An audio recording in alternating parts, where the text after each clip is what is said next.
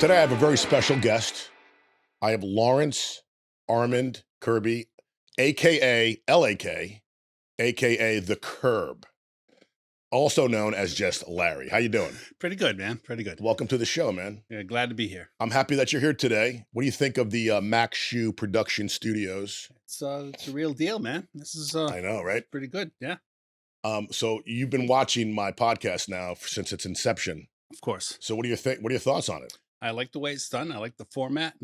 You're an excellent interviewer. Well, thank You you. keep things going. The production quality of it, I'm astounded at just how good it is. Very good. So Well, one of the reasons why I chose this production facility is that the owners are fantastic people, and they're very good at what they do. And as you've seen, yep. the quality is there, right? The sound, Yes. the lighting. So I'm very happy with this podcast. I've been doing it now for several months, and I think I get better each time. I guess the fans will be the judge of that, right? It's debatable. No, you're doing well.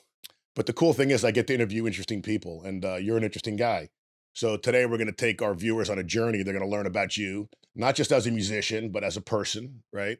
Your hobbies, your interests, things that you do outside of music. Yeah. But I'm going to first start off by saying you are the co-founder of Jacked Up, the guitar player extraordinaire. In the beginning, you played a lot of synth on your guitar, Right. and you were known for that. I mean, I thought that was very cool when I first met you. Right. And we're gonna I'll tell the story later about how we first met. But you're playing rhythm guitar, you're playing lead guitar, you're basically holding it down in the Jacked Up project. And you've been with me since the inception. So now we've been what, 5 years now? 6 maybe. Going on 6? Yeah. Damn. 18. Yeah. You know what's great about Facebook is you get these pop-ups, right? It's like this was you 4 years ago. Memories. Sure. So we were just talking in the car about how we were all skinnier and thinner, Yeah. Right. Yeah. But we've had Jacked Up 4 different lead singers. Right. We've had, I don't know, a dozen drummers, Dozen drummers. right? The consistency has been you and I. Yeah. Sometimes we had a second guitar player. Now we currently have a keyboard player, which I think was what we always really wanted to have that. Sure. Because it opens up a lot of doors. Yes, it does. But I think, and this is my opinion, you can tell me yours. This is our best lineup that we've had of Jacked Up. I'm comfortable in saying that. Yeah. Yeah. I think we've got the most potential. And the cool thing about it is that we've played with some really good musicians. I mean, I think of some of those festivals we've done Absolutely. where we had, guys like Todd Long on drums, Sure. Steve Camilleri filling in Yeah. on drums. We've had some really special people. We've had Brian Spainhour play guitar, Play guitar, Mike Soloy. Jonathan, Mike Soloy on drums, right? Yeah. Lost Boys. Yeah. And the great thing about Mike was that we didn't rehearse with Mike, and he filled in at Clancy's, and we didn't really know what to expect. Well, we knew what to expect because we saw him with Lost Boys, but I think you and I were pleasantly surprised how good he was, man. Absolutely. And I know he's listening to this, so shout out to Mike Soloy Absolutely. of the He's Lost the man. Boys. In fact, I'm gonna have one of the Lost Boys on the show soon. Great. I don't want to give too much information on that Okay. Yeah. because it's gonna be a surprise. Nice. But anyway, so what I want to do today is I want to take our listeners on a journey, like I mentioned. So we're gonna first start off talking about when you were raised and where you were raised. I know you're a big New England guy. And one of the great things about Larry Kirby is that he has this nice little New England accent, which sometimes we can all make fun of. Absolutely. Hey, that's what I'm here for. Uh, the butt of the joke. People tend to mention my accent a lot here. I said the R there. They must be catching Yeah. on, but a lot of times I just barely open my mouth and they're already smiling. Oh, you're from Boston, right? Yeah. Do you think that when you go back to New England, which you go back often, that you get more involved in like speaking in that way, or like maybe not so much? Like for an example, when I go to New York and I come back to Florida, I'm like more ew, and more f bombs. I'm more like like that. That's what happens. And then you Yeah, I get fully New Englandized when I That's go a good back. term. Yes. That's a good term. Totally immersed into the lifestyle. So Larry, so where are you originally from? New Bedford, Massachusetts. New Bedford. Now, the great thing about New Bedford is that everybody knows about New Bedford. So when we're performing live and you say in the microphone, anybody out there from New Bedford, there's always a bunch of people going, yeah. Right. they'll say New Bedford, but it could be Dartmouth, Fairhaven, Freetown, Taunton, Brockton, Boston, anywhere, Cape Cod. It's all Well, there's a very, circle. very strong New England contingency down here Yes, there is. because New England is just comprised of several states, and a lot of those folks are either snowbirds or they're retirees that live here now. Right. You also get a tremendous amount of people from the Midwest, right? So we get a lot of Yes. Ohio, Michigan, Illinois. Yeah, it seems like the Midwesterners come down 75 and land on the West Coast, and most of the New Englanders go down 95 and end up on the East Coast. And that was the case for many, many years, especially with us New Yorkers. Right. But I think now times have changed. For an example, I think that Sarasota was announced about maybe 20 years ago as like the hottest place to go, and now everybody's moving down here, Right. After I came here, they should have shut the right? doors because now it's getting crazy. It's a So lot you of people. you go back once in a while. I mean, I know you Yeah. do a summer break, you go back and then you'll go back for like weddings and you'll go back for Yeah. like Well, certain things. parties, Sure. right? And you're one of those guys you like to drive. You're like you enjoy driving there. I don't mind it at all. So you have a nice route you take, so like 2, 3 days.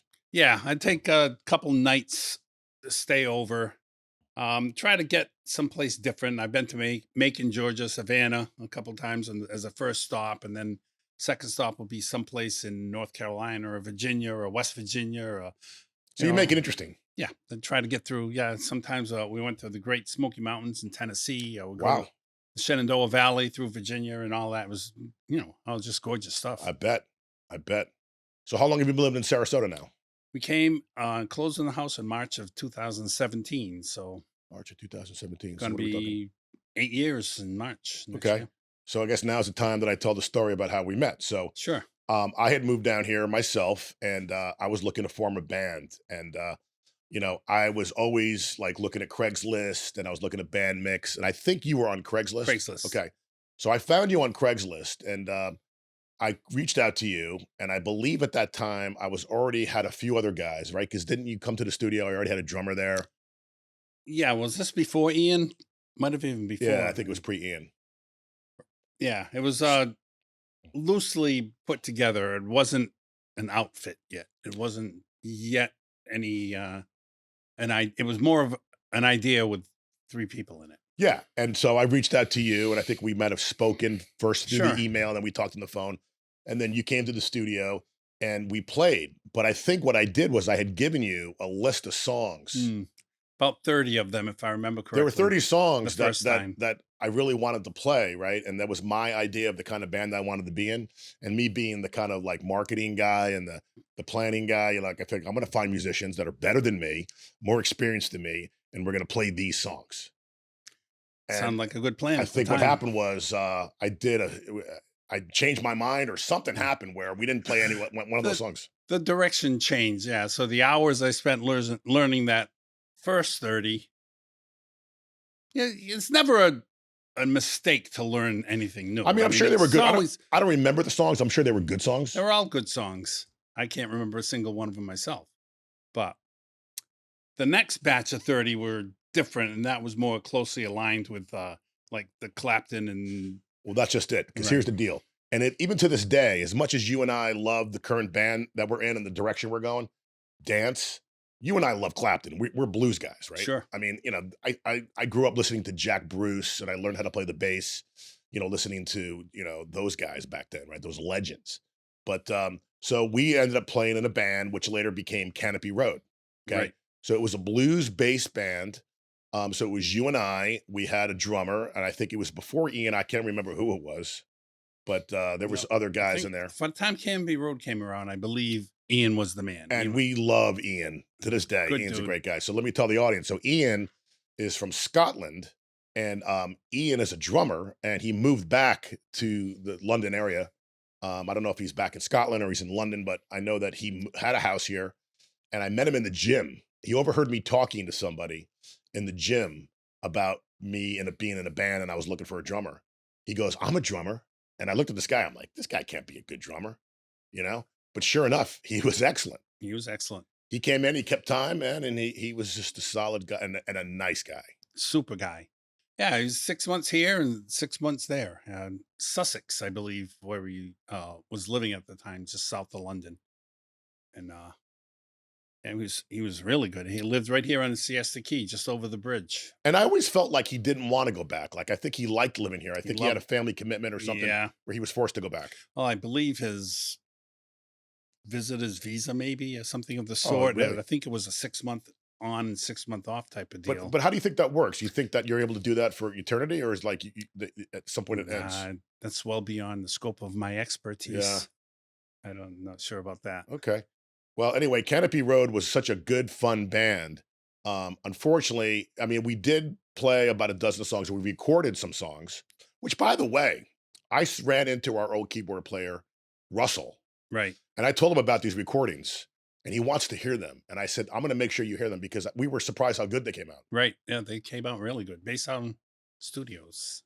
Yeah, we were in the studio, Yeah. and we just did an open air recording in the studio. It Right. wasn't like we went through the board. Yeah, we did. We did go to the Yeah, board. we were all mic'd up, everything. It was a live multi-track recording is what it Did they was. give you the raw footage and you edited, or No, did it come he no, edited? he it came down as a stereo mix. Just the waves. Damn, Yep. I'm glad you remembered that. That's what I do. So anyway, Canopy Road lasted for a while, and then I was in another project either before Canopy Road or after Canopy Road, um, During. and there was a band called On the Rocks, Right. and On the Rocks was with Todd Plesko, I believe, Yes. and I think was Mayhem even in that band? Was it two guitars? Mayhem. Yes. Kim was in there. Yeah. Yeah, because Kim, what's Kim's last name? Hemlick. Something like that, German name. Kim, Yeah. yeah, Heinrich. Heinrich. We call him Mayhem because one day he showed up with a shirt that said Mayhem on it. And I think Timmy might have said, your now new nickname is Mayhem or something. Yeah. But anyway, we've had many different inclinations of bands. And I guess the reason why I'm telling this story is it lends to the history of how you and I met and our friendship now. We came in our band, like I consider you a brother, you're a Yeah. bandmate, Right. right? Yep. Family. And it had to go through this process, right? To be where we are today. And I think that a lot of cover bands could probably tell you the same story, right? I would think so. You Yeah. know, there's an evolution, there's a change of the guard, but Yeah. at the bottom line, at the end of the day, it's about getting yourself with people who are like-minded as far as the music, like-minded as far as the direction of the band, enjoy each other's company. Right. I always tell people that the definition of a good, fun rock and roll band is when you want to hang out with your bandmates outside of the stage. Sure. Like you don't dread having to see them Oh, in yeah. public. And let's face it, we've had some of those guys Yeah. in prior It's prior bands. it's been that way. Right. Big shout out to DCX, Yep. Dana Bienvenue, which I always have a problem with. By the way, as you can tell, I have a cold today, but you couldn't tell. Don't give it to me. All right. But she was the rock as well. I mean, she was right there with you and I as far as the early days of Jacked Right. Up. Yep. And she was on this show. And if the viewers want to go back and check it out, you can go to my YouTube page, the Jacked Up podcast page, and you can see all the episodes. And DCX did an hour interview with us, and she was one of the first ones. She's an interesting character. There's no doubt about it. I love her to death, man. Yep. She is like a sister to me, and she's one of my best friends. And it's Right. funny because a lot of people just automatically assume that her and I are a couple. Like, Which oh, couldn't be further from the truth. yeah. I mean, you know what it is? I think the reason why we like each other is because we share a lot of commonalities. But at the same time, it annoys me because like she wants the spotlight, she wants the attention. It's all about her. But guess what? Same with me. Right. So there are times when but that's what makes it a beautiful relationship. And that's why when I'm with you two, I don't have to do a thing because You the just- show, we- I just sit back and watch the show. We happen. entertain you. Sure. Yeah. So anyway, Jacked Up's got a lot of really good plans coming up. We have some great shows, and I think a lot of people are going to be excited. These next 8 months, we're going to rock and roll, man, and we're Yeah. going to do some festivals. Yep. I can say now that we're doing Thunder by the Bay. That's going to be awesome. I can't wait for that. Here's the funny thing about that. You and I have always gone and seen it live at the Robards, right? Right. On the backyard there, or the grass. And when I was at my former day job, I always had tickets. So it was always like, I'm going, right? It Sure. was always there. VIP tickets. VIP tickets. And I met the producer of the event, or I should say the promoter, the woman who runs the Suncoast Charities for Children.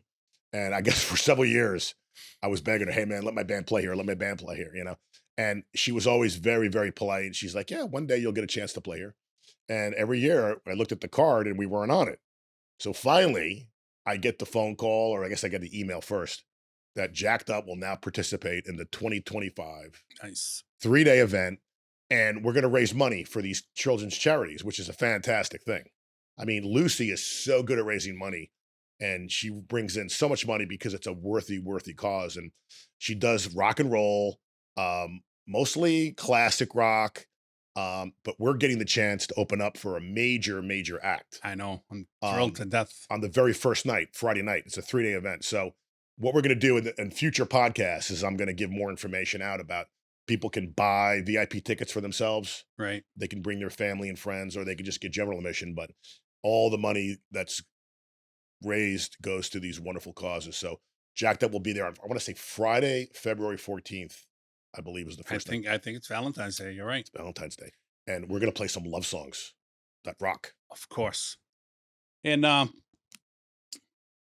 it's just a great time to be there. It's like you got a captive audience for one thing, because they're there, not necessarily to see you, but as an offshoot, you're playing in front of 1,000, 2,000, Right. 3,000 people That or that whatever. that they don't care who the opening act is, but Right. well, that's a great point you made because, we've done that. We've opened up for these major tribute acts, Right. like a Bon Jovi tribute. Yep. We've opened up for an Aerosmith tribute, Right. and we've had the luxury or the benefit of having their audiences. So there's a famous picture, and in fact, your wife's actually in the picture. She's in the audience, but this picture was so much fun, and I'll show it here in the podcast. It's of me on stage, right? Right. And I blew it up and I put it in my house, so it's like 'cause, I'm a Yeah. big ham. Among the other K Rock All the K Rock things that I posters. collect, Sure. and it looked like they were there for us. Like they looked at that was Jacked Up's audience, but it was Right. really the Aerosmith's audience. Sure. But hey, we'll take credit. And the VIP itself, you get a buffet. They have an area right directly in front of the stage. If you're one of those people who wants to be 2 feet from your people, you're caged in up in the front. And you don't have the crowds beating down on you. Right. That's you're talking about Twisted Fork. No, at the VIP at the Thunder by the Bay. Yeah. So you and I saw Molly Hatchet recently. Right. I guess that was the last one. Last year. So yeah, we went to the buffet. We had our Sonny's barbecue, right? Yep. All you can eat, delicious. Sure. And then we went up to the VIP section, right? Like you said, and nobody else. There were other VIP members in the tent, but they didn't want to come up to the stage. So you and I were the only The ones in only there. ones in front. Yeah. It's kind of silly, but So people were looking at us like, "Who are these two guys? Why are they there?" right. But anyway, Molly Hatchet surprised me because they were very, very good. But I could have sworn there were 3 guitar players in the Where band, was the guitar me? The guitar army. and there was just one guy, and I'm like, the keyboard player must have had some kind of effect on his keyboard because he was playing like he was filling in where that empty guitar sound Yeah. should have been. But anyway, they did it. They pulled it off. It Pulled sounded it up, great. Sure. But I wanted to see, like 3 guys Oh yeah. Out lined front, up, just wailing maybe, away. maybe even a 4th guy with the bass, so who are the Outlaws, right? Florida Right. Guitar Amigo. Yes. But anyway, speaking of live performances, so what do you love about playing the Jacked Up? Like, what do you love about being in front of people and entertaining? Well, I love playing. I love making noise. And let's face it, my family kind of is used to it. They kind of I have to close the doors off in my own little place or use headphones. So on stage, at least I get to express. I get to play. Um, I can't say the adulation of the crowds, but the respect they give you, the appreciation for what you're doing, things that I spent my whole life practicing and learning, and spending oodles of money on new gear and trying to work it out and getting it good sounds. And I mean, that's what it's all about, is having it there so that you can feel it. And it's no better feeling than making music and having people appreciate it. So it's very rewarding when you take a piece of music, like in cover bands, and you practice it and you nail your parts, and then you're able to go out there and play it and nail it. I mean, there are times I think when Jacked Up's performing, man, I think there's some songs that we hit out of the park, Sure. and I'm like, wow, man, we just killed that song. Other songs were Mhm. maybe not so much, Mhm. right?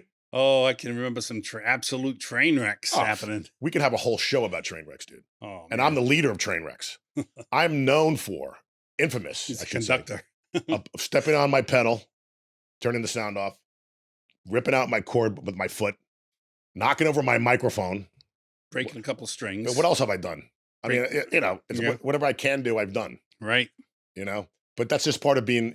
I'm learning as and evolving as a musician and being better prepared. Right, having backup stuff. Having Yep, your strings ready. sure. I have a second guitar now, ready to go in case Yep. one of them I blows up. always need that. So, But you've been playing music all your life, so more or less, let's yeah. talk about that. Let's talk about your family. I know your brother was a huge influence, still is a huge influence Still, on you. yeah. So he's So, tell me about growing up in the, I guess it was the '60s, right? yeah, I was born in '57. So Makes you me went old. through a great period of rock. Cause think about it. When you were 10 years old, 11, 12, that's Yeah, when rock and 67, roll 8, 9, sure. exploded, right? The Led Zeppelin came on the Yeah, scene, Cream, Hendrix, yeah, all that Cream, stuff. So yeah. you were exposed to that at a young age, man. Yes. And you probably had older brothers and sisters that were playing that stuff in the My house, brother right? Bill's 3 years older than me, so it was mostly him and his friends that, got me into that style of music, yeah. So you were listening to his records maybe and overheard Yep, things, and then you got inspired maybe to go out and buy your own records. And right. but what made you want to pick up a guitar? He started playing first, so, yeah, I wanted to be like Bill. I mean, who doesn't wanna be like their older brother, you know? And for So a while Bill was a multi-talented musician yeah. that played a lot of different instruments. Well, he played at first it was just guitar. He was a guitarist first and foremost, and always has been, and he still is. He still considers himself a guitarist that plays bass, although he makes his money playing bass. Now you told me that he doesn't just play bass. He really. I mean, he does the stand-up He bass. rips it up. Yes, He does different types of right. He basses. can play he's got the stand up bass, had one custom made for himself, and when he's doing like rockabilly, he can do a two piece, and the style, the technique he uses, it's kind of a slap. So he's hitting the notes as well as getting the percussion and hitting the body of the bass. And when he's playing with just him and another guitarist, you'd swear there's a drummer sitting up there with him. But he's he's just really really good at what he does. Now, I don't know how he picked it up. so he was a big influence on you as a Yes, kid, and it made you focus and become a good player. sure. And did you play with him at a young age? Did you guys have bands Well, together or just at first there was only one guitar in the house, so we were doing a lot of two people on one guitar type of things. interesting? Yeah, it's just he'd do chords, or I'd do play chords down below, and he'd be doing Can a you guys lead up. still pull that off? I would think so. That would be interesting. Hasn't been for 40 years. Haven't been You have the 50, Kirby 50 family years. Yeah, reunion. right. It's like the Osmonds, man. Yeah. Well, he's got a little studio in his basement. So when I'm up there, I spend some quality time in the studio with So him. you'll just go over there, and whether you bring a guitar or just grab one of his, you'll get to jam with him, Yeah. Oh, and, yeah. and you guys have fun like that. Oh, yeah. Yeah. That's It's a awesome. blast. It's a Now, blast. I know that one of your brothers came down here to see us live, Bobby, Robbie, yeah. but your brother Bill Yep. hasn't never come down to see us. No, he doesn't like to travel. I think he's been out down here once because his wife's best friend lives in Fort Myers. So he came down one time. That was before I was living here, and he hasn't been since. Well, one of my plans for Jacked Up is to eventually get up to New England as a band and perform for all of our family and friends up there. Because Brittany's from Peabody, Peabody. I'm from New Rochelle, which is in Westchester County, New York, Yep. and you're from Newport. So, Or New York, New Bedford. oh, New Bedford, I knew that. But we're gonna go up there. I think I'm gonna try to make it happen, and we're gonna go up there and I play. think it'd be fun. Wouldn't it be great? Yeah. I don't think we can get to Nicaragua to play for. Well, look, here's the deal. If Alex can't join us for that show, we'll probably have to get one of your buddies. You know a lot of musicians. Yeah. I mean, Tons of people. one of the things that you always tell me about is some of the drummers that you got a chance to play Oh, with. And you said you played with some of the best well, yeah. drummers, amateur and professional. Yeah. Donnie Margison. He was killed in a car accident about 10, 15 years ago. He was so good. He was I just it was kind of like cross between Kyle Palmer and Steve Gadd. Wow. And very fancy hands, very good, Yeah. articulate. Those guys Um, had great hands. yeah, and his I mean, they were jazzy, but yet rock and roll, yeah, right? he could work the double bass as good as anybody, and he was a super nice gentleman, great guy, and he was a friend, a longtime friend. He was older. He's Bill's friend, so he's 3 years older also. So I've known him. I did know him like my whole life practically. Since I was 6 years old when we moved down into the same neighborhood, and Bill and him were friends. Yeah, and And one of the things that you told me is that a lot of the people that you grew up with, because you got to remember, back then there was no internet, right? There's no nope. cable television. So everybody was bored. So they picked up an instrument at a young age. Yeah, a lot of So people there did. were a lot of accomplished musicians in your Yep, neighborhood. yep. Oh, a lot of them. There was one band in particular, a band called Paradox. Donnie Marsden was in that. Another, probably the best guitarist around, Jimmy Tavares, is another one that passed away. He got a cancer. Now, Tavares, is that from the Tavares family? No, Different band? different family. Yeah, the Tavares family is from New Bedford. But he was just so super talented. He had a voice. It kind of looked like Ted Nugent. Had the long hair and um, played a ES 335 Walnut. S- really nice. And he would do all that, Cat Scratch Fever, and he would play all that. And he could play Van Halen. He could play any of that stuff. His claim to fame is he started teaching kids, and so there's hundreds of kids in the New Bedford area that are really good guitarists because they took That's great. lessons from this guy. Yeah. That's a great story. Yep. Now, are any of your friends still performing that are still around? Are they still are you the one? Are you like Larry's just keeps going, you know? Nah, Bill still plays. He's got a rockabilly band with the big thing. He's got a blues band, Blues Alley. He plays regular bass too. So like you can go to your town on a Saturday night and potentially see his band. Yeah. Very cool. Yeah. And other people I used to play with are just friends of mine that are still playing.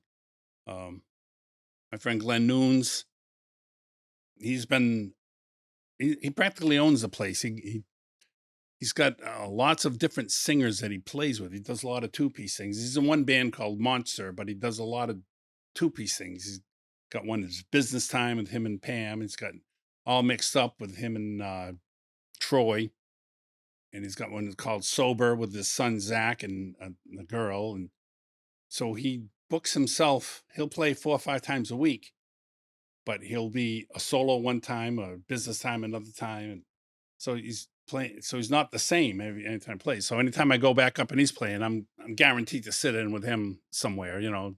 That's always a lot of fun. Yeah, let's talk about some of your bands back then. So like tell me about Girl Friday. That was the band they had before I came here.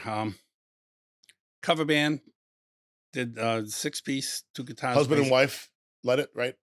Husband and wife was it? No, uh, Gina was the lead singer.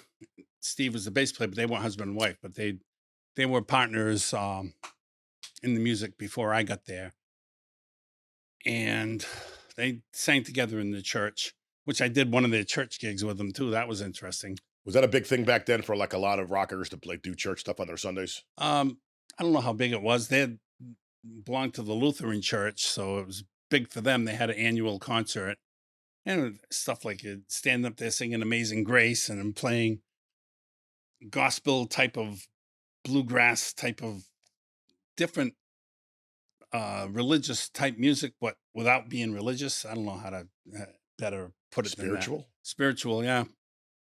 That was a lot of fun. I, did a few rehearsals with them, and we had a guy that played the dobro, which is a slide Sure, I know guitar, what that is.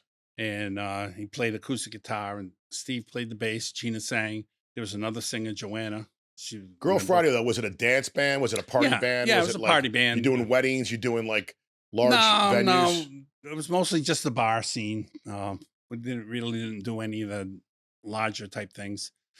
Uh, Gina's retirement party. When Gina retired, we played for her retirement party. There were about 500 people there, and Nice. so yeah, it was good. Now, weren't you once in a band that had horns?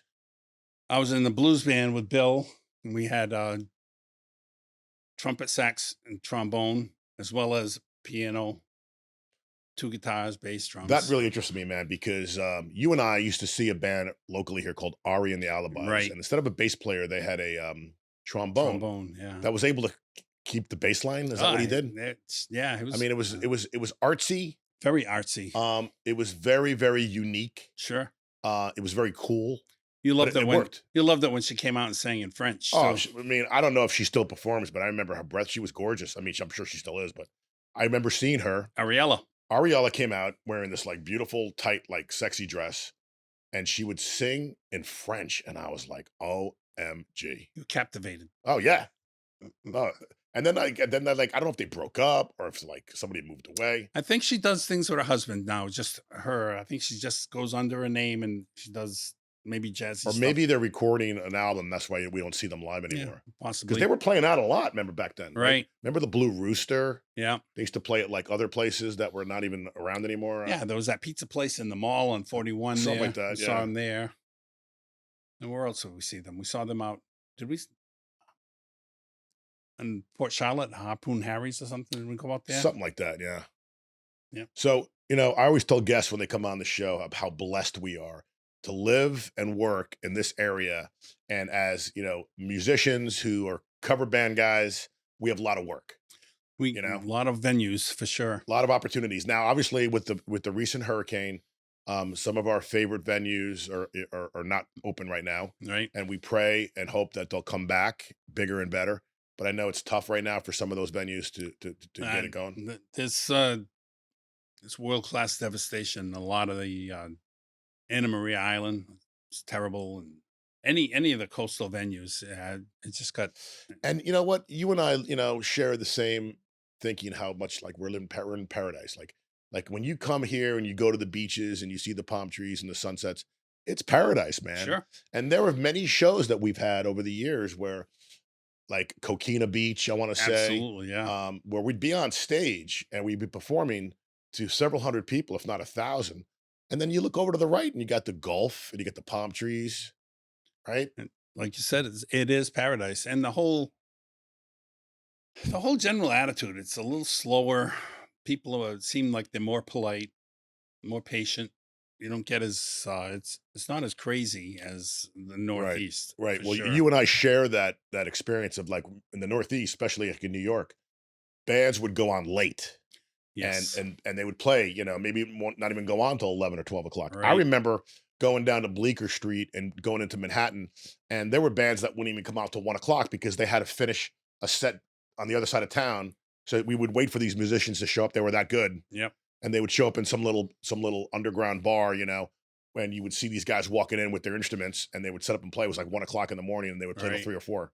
Oh yeah, I mean, it was very regular. You don't even think about going out. You have your supper, you're sitting around the house watching TV, doing whatever. 9:30, 10 o'clock. All right, you're gonna get dressed and go Right. out, go out. And even in a band, get there an hour and a half early. So we're not getting in at 8:30 or 9 o'clock to start playing at 9:30 or 10. You play 10 to 2 or whatever. Well, look, as we age, we change too, like early to bed, early to rise type Sure. of thing.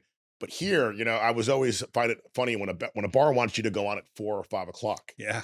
you know? 5 to 9. I love Um, it. it's great in the sense that we get paid, we get to go home, and be home at a reasonable hour. But at the same time, it's funny how, I'm like, wow, I wouldn't even be going out until 9 o'clock. And here Right. we are Yeah. loading up the trailer. A whole different animal. But what do you love the most about being in a cover band? Like, what are some of the bands that you like to perform? Some of the songs. Um, I love doing all that stuff. Pat Benatar. Pat Benatar, you do a great Pat Benatar. You know what's funny about you and the way I observe you is performing is that there are certain things that you do better than others. Like when it Sure. comes to like an 80s lead, like you got that down. You know what I'm saying? You got the feel Uh, down to it. You understand the yeah. 80s, man. I'm an '80s guy. Totally. As opposed to like the 90s. They're two different time periods, right? Right.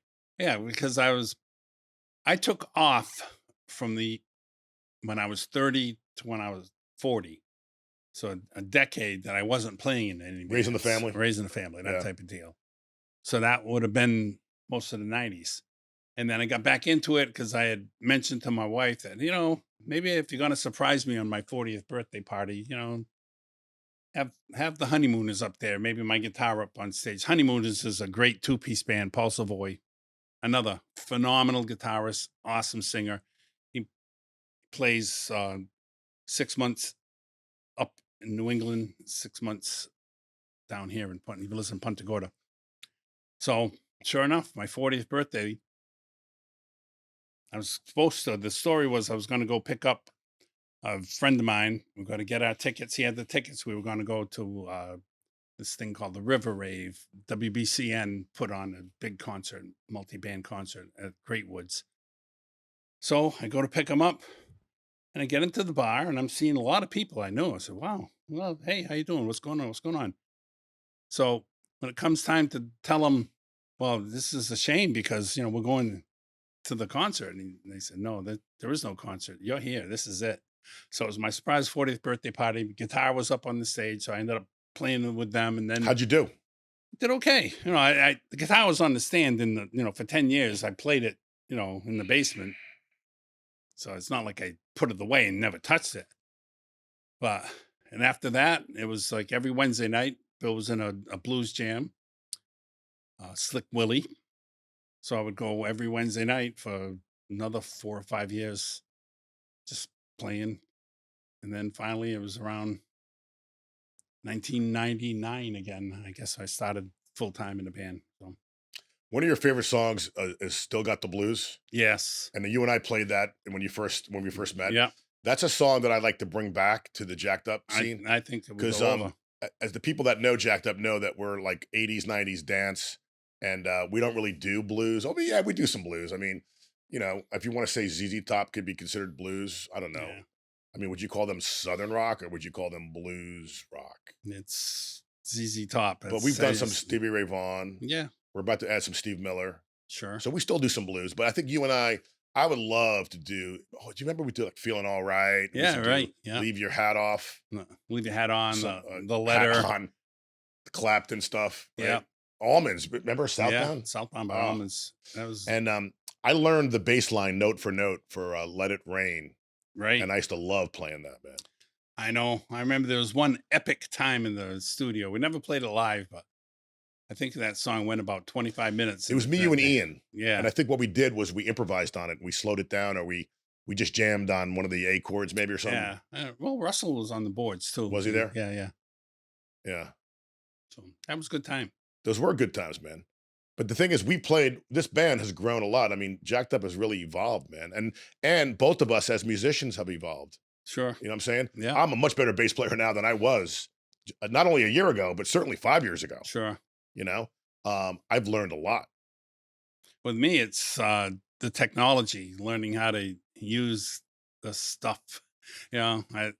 Sometimes I'd like to just get rid of it all, just get, a nice amplifier that I plug into and just play, and not to worry about all the other Well, crap.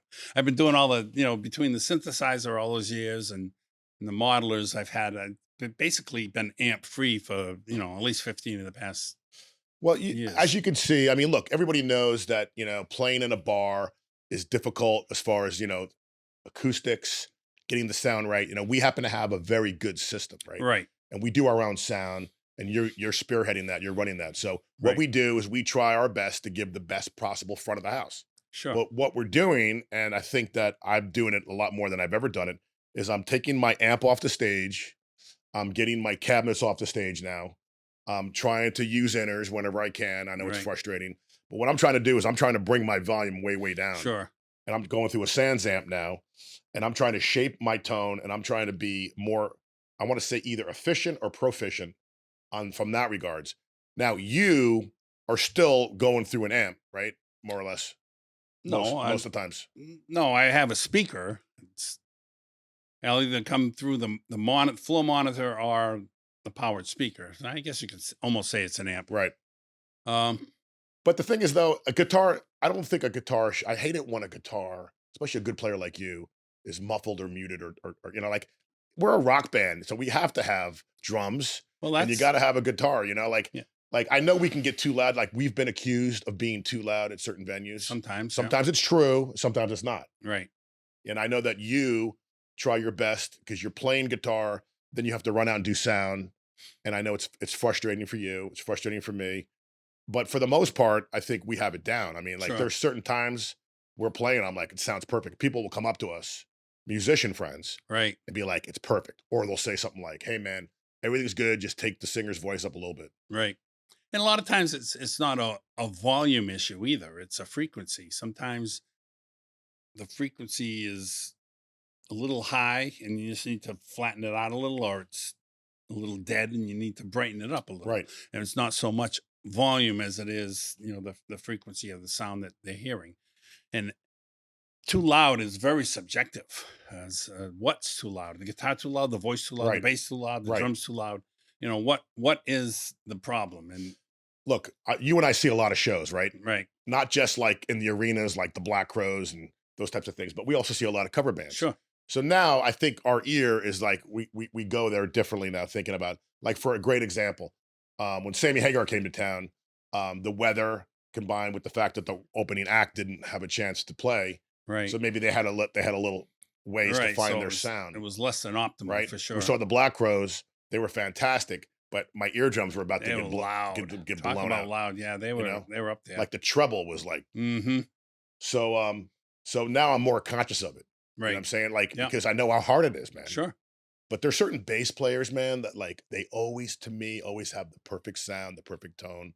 There's certain drummers out there that they kind of get lost, which means that they're doing a good job. They're Right. like in the mix wise, they're not Oh overwhelming. yeah. If you're not hearing the rhythm section, they're doing their job. You If know, because it's more of a feel. You got to be feeling what's happening back there, and you're not listening to the specific drum beat, a right? specific bass line. So to your point, it's about tone and frequency as opposed to volume.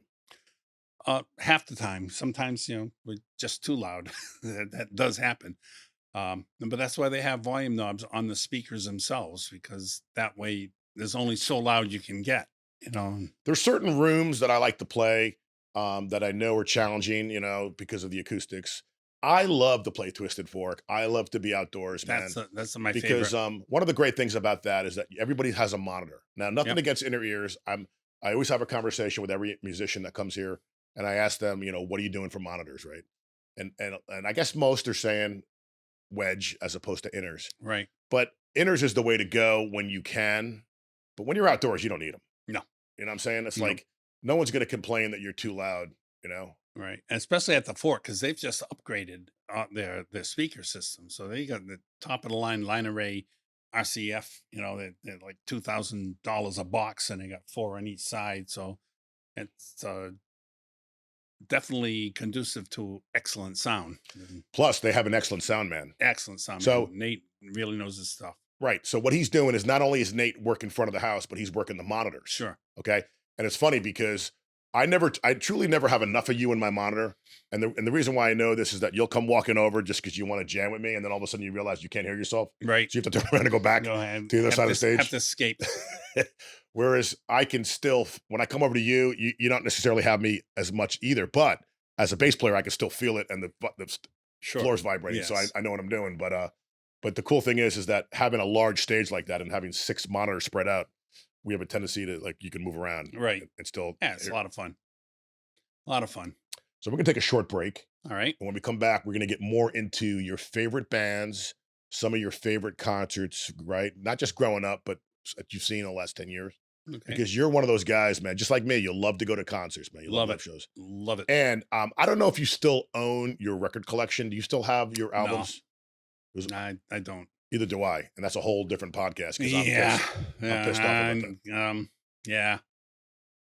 I probably still owe Columbia House like $10,000. All right, we'll save that thought, and we'll be All right. back in a few minutes to talk about All it. right.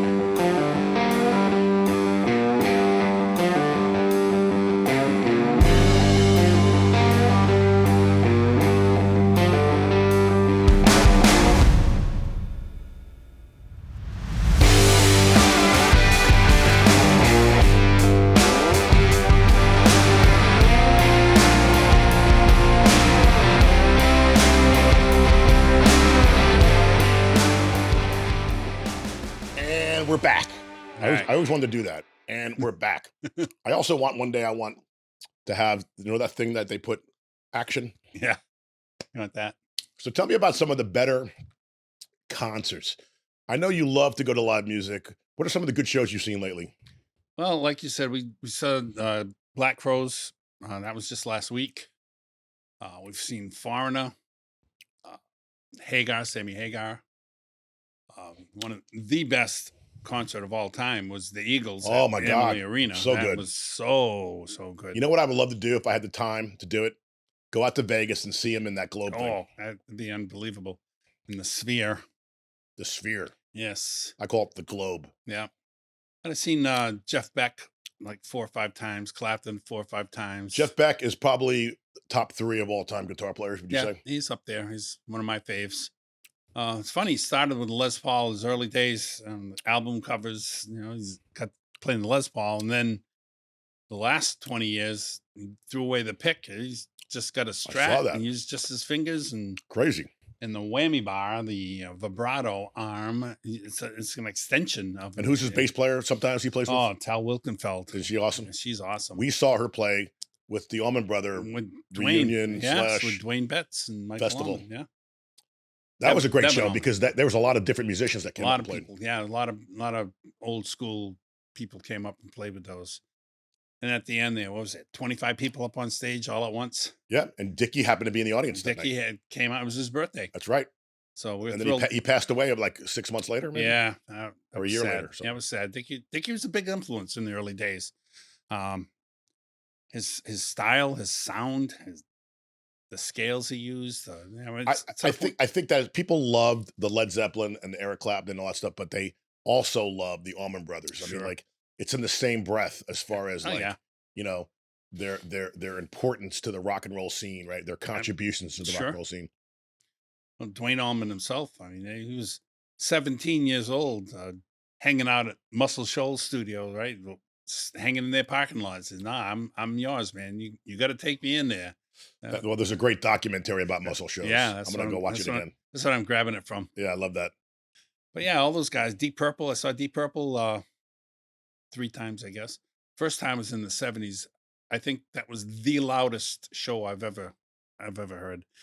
It was in the old Cape Cod Coliseum, which doesn't exist anymore. It's old, totally cement roof, walls, floor, everything. It's Probably just, not conducive to and it was so concert loud. sound I mean, system. it's like I describe it as the sound comes in, and you see lightning bolts in the middle of your eyes because it's so loud. But it was awesome. Uh, all the greats, Alice Cooper,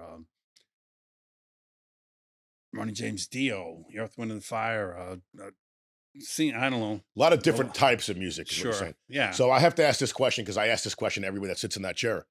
Thoughts on Kiss? Love them or hate them? Well, don't love them, don't hate them. I appreciate them for what they are.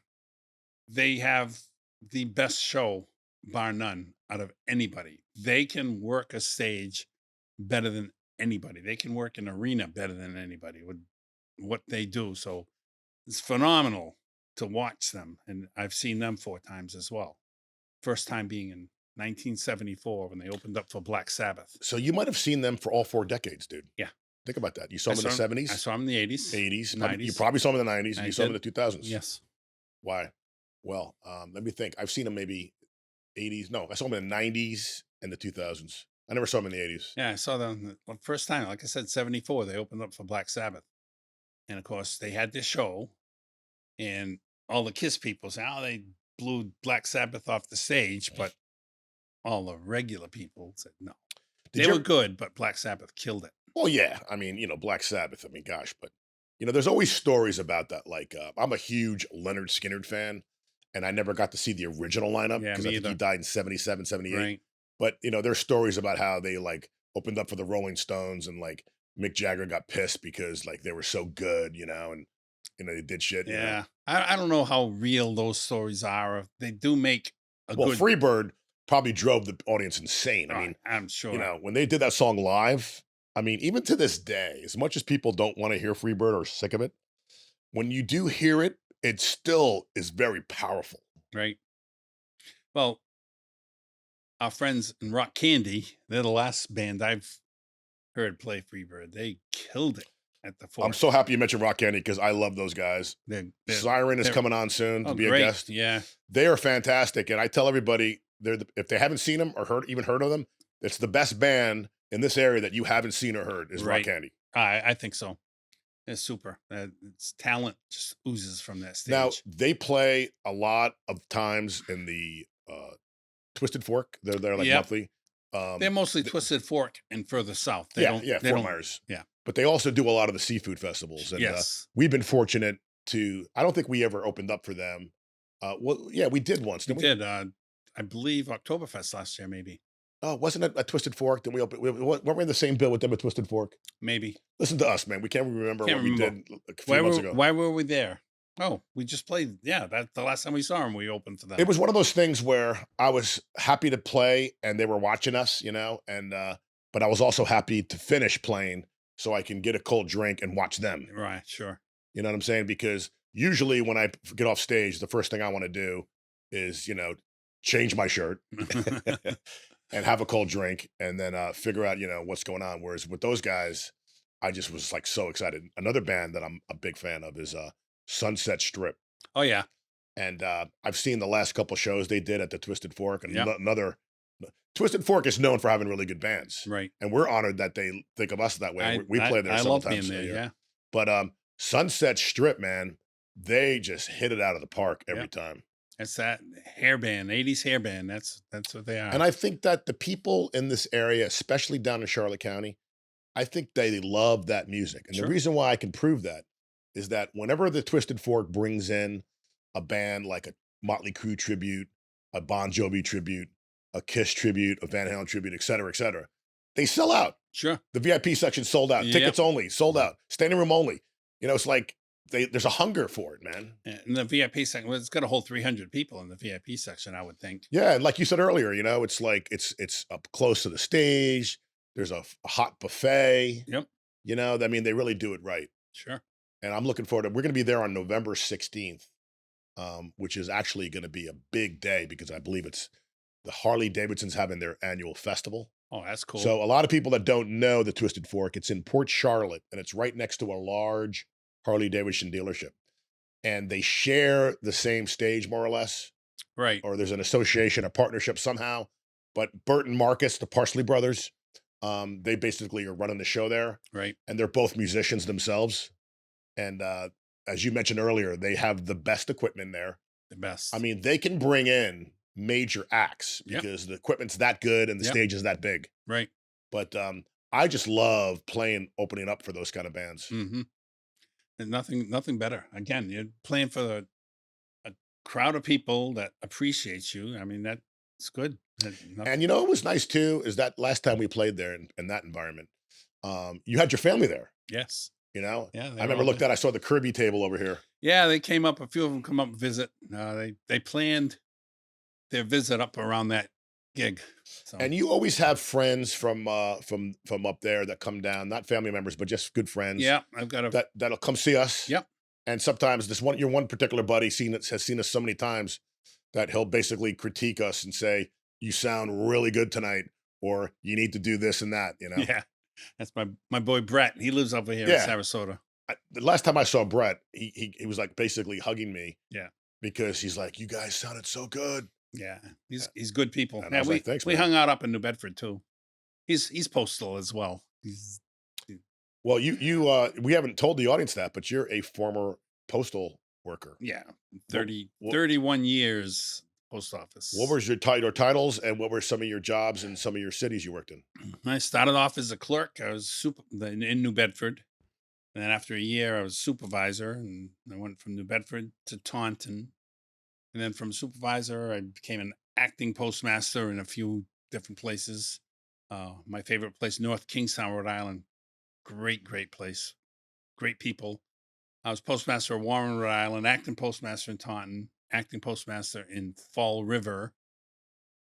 So Is it like a fraternity, man, like a brotherhood or a sisterhood of like whenever you're ex U.S. Postal Service, you're like there's a bond. There's like you guys all still friends. well, because it's such a different um I can kind of relate it to the military in a way. It's a different life. It's a different type of job. So you all go through similar things together. So you feel a bond So, because of your mutual, associations. so that might include trainings, Yep. right? and having to work in a certain position in order to get to the next one. Yeah, basically. You know, And it's like toward the end, I was a route adjustment and route examination and adjustment team leader. So I led teams that go into places, and I'll have that depending on the size of them. I'll have 30 or 40, 50 people working for me to evaluate all the routes and adjust them to make sure they all, it's a lot of boring stuff. but But anyway, but always trying to make things more efficient, right? yeah. Always trying to figure out But how to. but the point is, because I'd go off in, almost every post office in Rhode Island and southern New England, I'll have hundreds of people who know who I am, but I don't necessarily remember who they are. It's a kind of a tough thing. So I'm not really great with re-recognition of somebody who I may have been introduced to in the past. It's not a good thing. Well, you were very, very excited the day that you were able to retire. Oh You, yeah. you had your sights on Florida, right? Yep. You and the wife knew you wanted to come to Florida. You settled on Sarasota, and then you and I met obviously after that. But in our closing here, what are some of the things you love? Give me 3 or 4 things about you love about Sarasota. Oh, number one, the beaches. I was a beach guy. Up in New Bedford, the closest thing we have a beach in New Bedford on the Point, but it's all right. It's just you know not really that great. It's good for New Bedford being in there, but in the grand scheme of things, they're not really nice beaches. Horseneck Beach. Are they sand? I mean, like rocky as opposed to Um, it's talcum, more like talcum powder sand. no, it's more like construction sand, like the kind of coarse Yeah, brown. yeah, yeah. You know, um, Horseneck Beach is very rocky, a lot of waves, but it's a nice beach around. And there's some. I love going down the Cape. Cape Cod has really great beaches. Different beauty than the beauty of, let's say, Lido. Lido's natural and gorgeous, but So you go to Siesta Key Beach, yeah, but you've been to some other beaches too. yeah, You done Turtle, I've done Turtle. right? Just said Lido. Yeah, Did you ever go to Longboat? not AMI? other than Coquino. I've not really spent much beach time on the island. No, uh, in front of the beach house. When I went for dinner there, I'd go hang out there for a while. So first and foremost, you love the beaches. Yes, and the weather again. I love the weather. It's never too hot. Did you say like it was the hottest day of the year in your life when you moved here or something? Where there was some heat? Or It was it was no, it was hotter in New Bedford than when I came here, what Colin. about some of the restaurants, man? Like, is there any Oh restaurants you love yeah. going here? Well, naturally is the Italian Barbosa. I love Cafe Barbosa. Shout out to Joe Joe DiMaggio. DiMaggio Jr. That Great guy, food, great great chef, prices. great person. It's one of the best local neighborhood Italian restaurants I've Sure. ever been to. And for Chinese, I go to Taste of Hong Kong and Gulf Gate. I love the Oyster Bar, CSK Oyster Bar.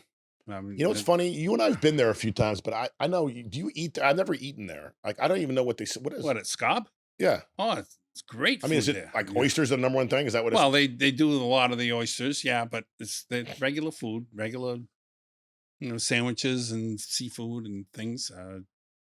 They do a shrimp, like a boom boom kind of shrimp. It's kind Ooh, of like that. spicy and mac and cheese. They call it Big Boys mac and cheese, and you can get it with a couple pieces of chicken on it or whatever. Yeah, Right? You like to go to Siesta Key. I know you do. And I love the key. a lot of your friends and your even your family will come and they'll stay They there. stay But there. Yep. Summer House, Oh, that was gorgeous. That one of the best pieces of meat I've ever had in my life at that place. interesting. Yeah. And, we were talking to the general manager, and that something about their special oven that they imported from Italy or whatever, and they sous vide the meat ahead of time, and then they have like a 1200-degree grill that they char it with afterwards, and it just cuts like butter and Well, look, so good. because I always considered you as a foodie kind of guy. I know you like to cook I love to eat. and you like to eat, but I'm saying you do appreciate a good steak, or you do Yes. appreciate good Italian or Chinese. The one thing though that I think that you might have a frustration with is I think you're so used to good seafood, right?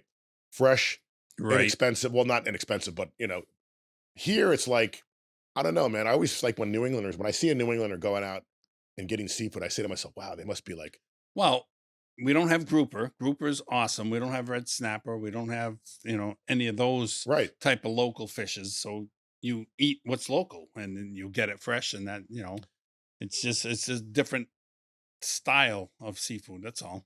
But there's certain, like, one of the supermarkets here, Detweiler's, has seafood that comes in from New Bedford, They right? have New Bedford scallops The there. scallops, Absolutely. yeah. And they're every bit as good as at home. I don't know how they get them. There's some places in New Bedford that they kind of soak them in a brine solution. I don't. Is New Bedford known throughout the country, or maybe even throughout the world, as like the best seafood when it comes to certain things? Yeah. Like having the New Bedford name in front of something, does that give it more Well, merit? it's the largest port in terms of dollar value in the country. Um, there's hundreds, literally hundreds of boats uh, come in every day, and it's all goes to the auction house where they just sell it off. So it's a big seafood town. Yes. Were you at any point in your life, were you ever involved in seafood? Like, were you ever a fisherman or No, no, lobsterman or anything? no, nope, nope. My brother-in-law was a fisherman. My nephew's currently a fisherman. He's a captain. He's got his on a boat. He's doing very well. But New Bedford goes way, way back. I mean, Sure. the whaling days, right? And you Yeah. didn't you tell me one time that New Bedford lit the world when it came to the Yeah. oil that was Well, whale used? oil, yeah, Yeah. absolutely. And yeah, I got my family. I give a shout out to the Kirby Paint Company. My cousin George um, How long run that. has that business been around?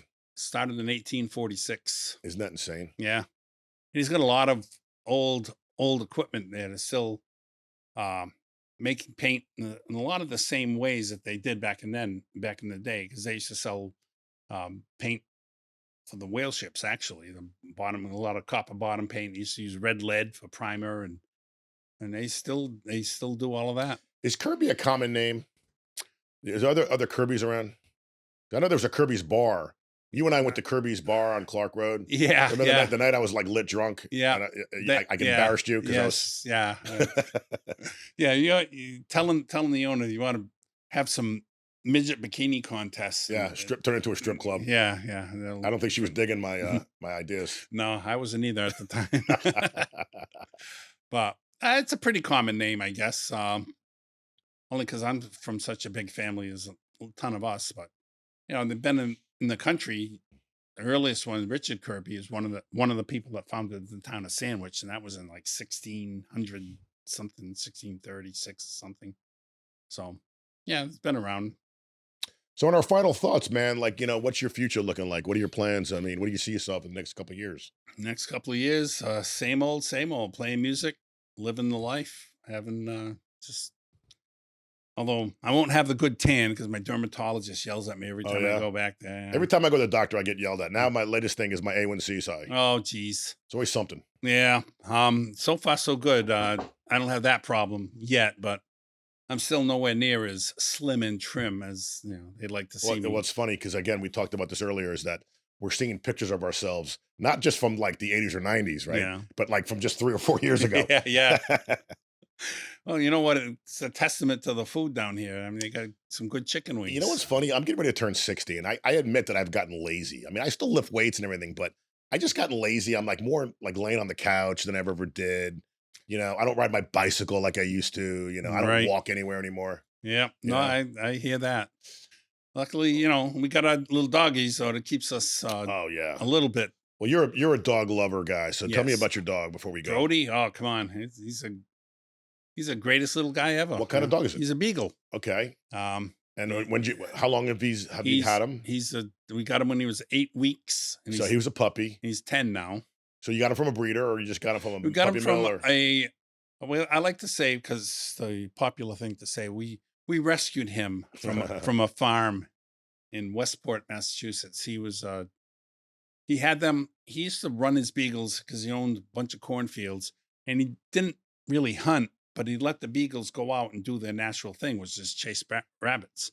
And so he'd let his pack of 20 beagles out, and they started howling, and they go chase the rabbits. is And it safe? I love your dog, and your dog's the official dog of Jacked Up. absolutely, But he is it safe is. to say that all he cares about is eating? Pretty much. Go outside, and his nose is on the ground, and you look away for a second, and it's like, "What are you eating now?" You know, and is the fastest animal in the on earth, I think, is a dog when you're trying to get that food out of his mouth. Oh my god, tell me about that. You know how many times I have to put my fingers on my dog's mouth Oh, and yeah. he fights me on it? Oh, yeah. Now that he noticed my dog's latest thing is he hides things, like, he thinks I don't know, so he'll grab something, then we go in the house, and the reason why I know something's up is that he's in a rush to go back, Yep. and then I take the leash off, and he's in a rush to go into his bed, so I'm like, "Okay, he's got something in his mouth." Yep. Yep. Otherwise, he'd be like, he wanted to go back out. Sure. Yeah. And even though he's 10, he's still got some pep to him. I call it getting feisty.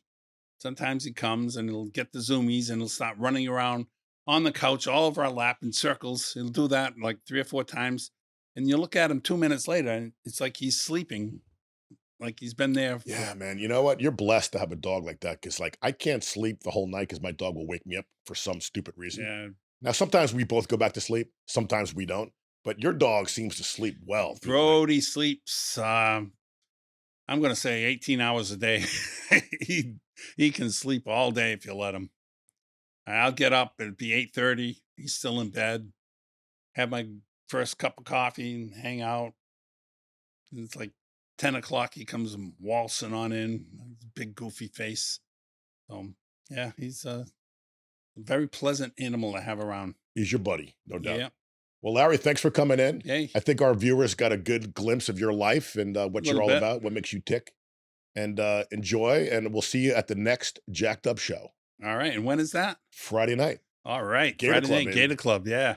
All right. Favorite, one of the favorite places. Oh, by the way, I was going to give you a parting gift, but I already gave it to you. Oh, It's a Jacked Up T-shirt, oh yeah. which I think you said you don't like it because it's cotton and it It's doesn't cotton. breathe. It doesn't breathe. Yeah, right. It ends up weighing 10 pounds after the first, 15 minutes.